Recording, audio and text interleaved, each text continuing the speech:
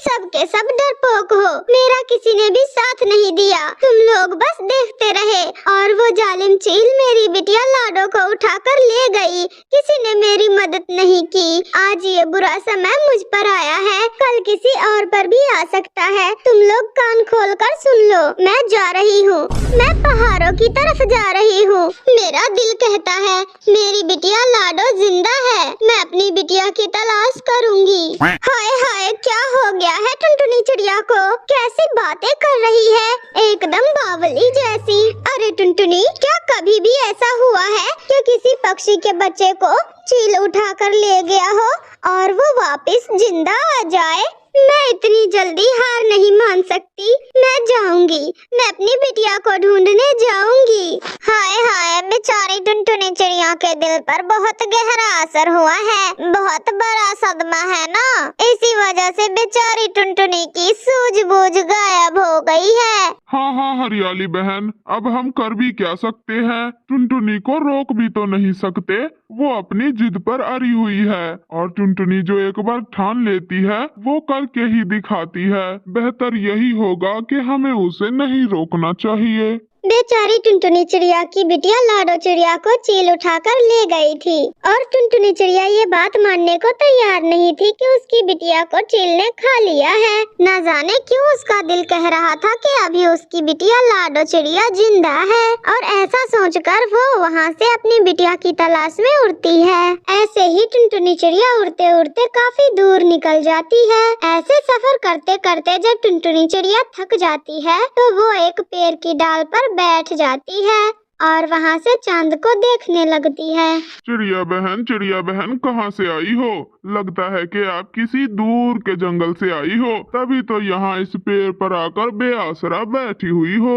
हाँ हाँ उल्लू भाई, मैं दूर के नदी वाले जंगल से आई हूँ। मेरी बिटिया लाडो को चील उठाकर ले गई है और मैं उसी को ढूंढते ढूंढते यहाँ आ गई हूँ। चिड़िया बहन, तुम देखने से ही काफी समझदार और मेहनती लगती हो, मगर क्या वो जालिम चील उस नन्ही जान को जिंदा छोड़ा होगा अभी तक? नहीं नहीं उल्लू भाई, आप ऐसा ना कहे। मेरा दिल कहता है मेरी लाडो बिटिया जिंदा है अभी, तभी तो मैं उसे ढूंढते हुए यहाँ आई हूँ। काश चिड़िया बहन ऐसा ही हो। तुम्हें पहाड़ों की तरफ जाना चाहिए। इस पूरे इलाके में केवल एक ही चील रहती है, माही चील, जो अक्सर हर छोटे पक्षियों के बच्चों को उठाकर खा जाती है। हाँ हाँ उल्लू भाई, मैं पहाड़ों की तरफ ही जा रही थी। वो रात हो गई है ना, तो इसीलिए दिशा का पता नहीं चल रहा था, इसी वजह से मैं यहाँ बैठ गई। मेरी मानो तो चिड़िया बहन, तुम मेरे साथ मेरे घोंसले में चलो। तुम चिंता ना करो, मुझे तुमसे सहानुभूति है। मेरे घोंसले में तुम्हें भोजन भी मिल जाएगा और रात बिताने के लिए जगह भी। तुम सोचती होगी कि वो माही चील सिर्फ तुम्हारी ही दुश्मन है। नहीं, वो मेरी भी दुश्मन है, क्योंकि पिछले ही महीने उसने मेरे बच्चे को भी उठा लिया था। तब से मेरी भी दुश्मनी है उस चील से।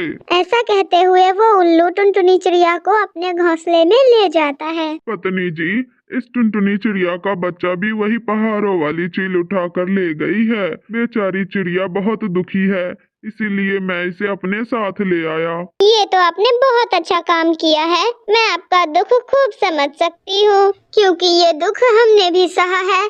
लेकिन हकीकत यही है कि अब तुम्हारी बिटिया जिंदा नहीं होगी। प्लीज प्लीज आप ऐसा ना कहे। मेरा दिल कहता है कि मेरी बिटिया अभी जिंदा है। उस जालिम चील में इतनी भी ताकत नहीं कि वो मेरी बेटी को खा सके। देखो चिड़िया बहन, तुम्हें हकीकत को मान लेना चाहिए। अगर तुम्हारी बिटिया जिंदा भी होगी तो तुम कैसे मुकाबला करोगी उस जालिम चील का? वो तो बहुत खूंखार है। मैं मर जाऊंगी, मिट जाऊंगी, मगर अपनी बिटिया को बचा के ही रहूंगी। वाह वाह, तुम्हारी जैसी माँ चिड़िया हम सभी पक्षियों को दे भगवान। मेरे प्यारे दोस्तों, अगर आप लोगों ने अब तक हमारे चैनल टूनी कार्टून टीवी को सब्सक्राइब नहीं किया है तो फिर जल्दी से जाकर अभी सब्सक्राइब कर लीजिए दोस्तों। अरे टुनटुनी, तुम भी क्या बोल रही हो? हमारे व्यूअर्स तो बहुत अच्छे और ईमानदार हैं। अब तक तो उन्होंने हमारे चैनल को सब्सक्राइब करके बेल आइकन भी दबा दिया होगा। टुनटुनी बहू, अरे ओ टुनटुनी बहू।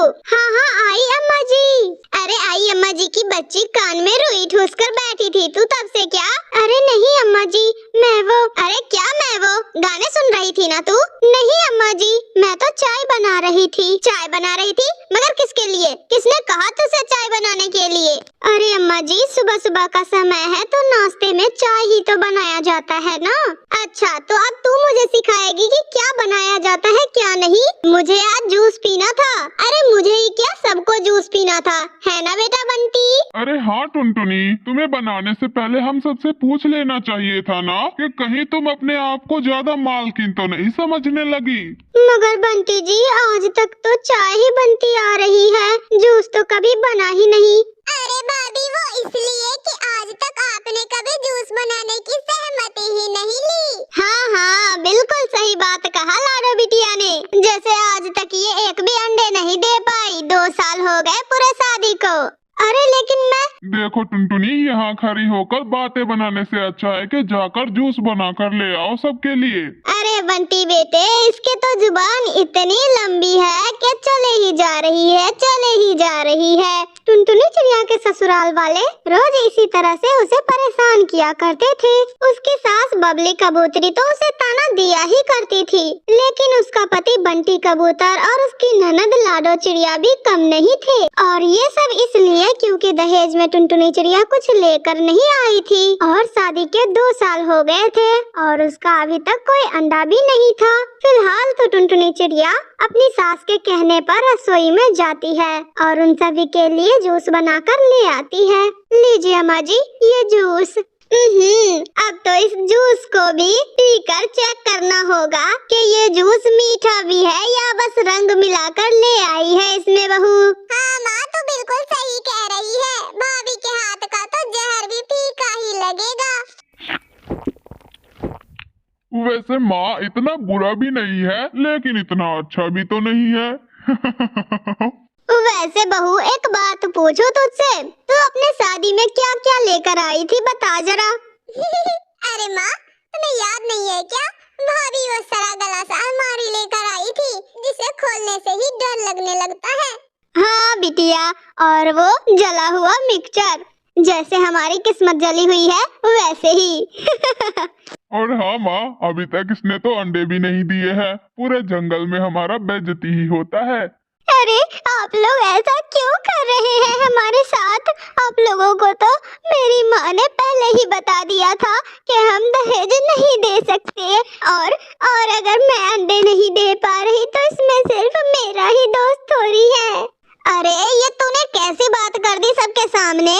शर्म नहीं आई तुझे? है बहू के नाम पर तू तो कलंक है, कलंक। अरे अम्मा जी, कम से कम दहेज का बात तो मत कीजिए आप लोग। मैं कुछ नहीं लेकर आई क्या? अरे मैं इतना सारा गहना, साड़ियाँ और ये फर्नीचर का सामान तो लेकर ही आई थी ना। हाँ मगर टुनटुनी, वो हवाई मोटर कहाँ है जो मैंने मांग रखा था तुम्हारी माँ से पहले ही? बेचारी टुनटुनी चिड़िया अपनी बात रखने की कोशिश करती है, मगर सब है कि उस पर चिल्लाते ही रहते हैं। तभी टुनटुनी चिड़िया 2 कदम पीछे जाती है और चक्कर खाकर नीचे गिर जाती है। एकदम से सब चुप हो जाते हैं। तभी बबली कबूतरी कहती है, लो अब हो गया नाटक शुरू। अरे कोई पानी लाओ, नौटंकी बाज कहीं की। अरे रोज का ड्रामा हो गया है इसका तो। टुनटुनी चिड़िया के ससुराल वाले इतने निर्दयी थे कि उसका बेहोश होना भी उन लोगों को नाटक ही लगता था।